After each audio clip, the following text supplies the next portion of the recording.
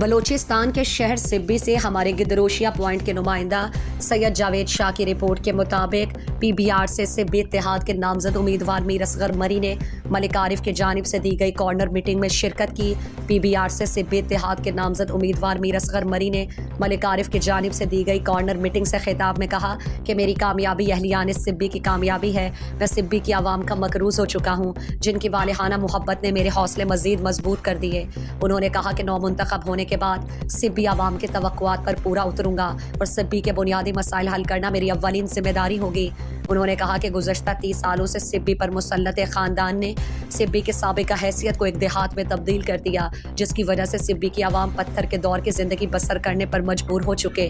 لیکن اللہ تعالیٰ کا نظام ہے کہ رات کے بعد سورج طلوع ہوتا ہے اور انشاءاللہ تعالیٰ 8 فروری اہلیان سبی کی کامیابی کا سورج طلوع ہوگا۔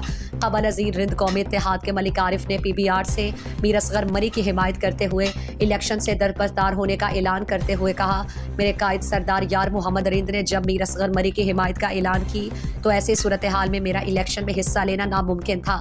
سردار یار محمد رند نے ہمیشہ سبی کی عوام کے بہتر مفاد میں فیصلے کیے۔ ملک عارف نے کہا کہ انشاءاللہ میرے وارڈ سے میر اصغر مری کو بھرپور کامیابی ملے گی۔ بلدیاتی الیکشن میں مجھے ہرانے والوں سن لو، اب میرے بازو سردار یار محمد رند، میر اصغر مری اور سبی کی عوام کی طاقت ہے۔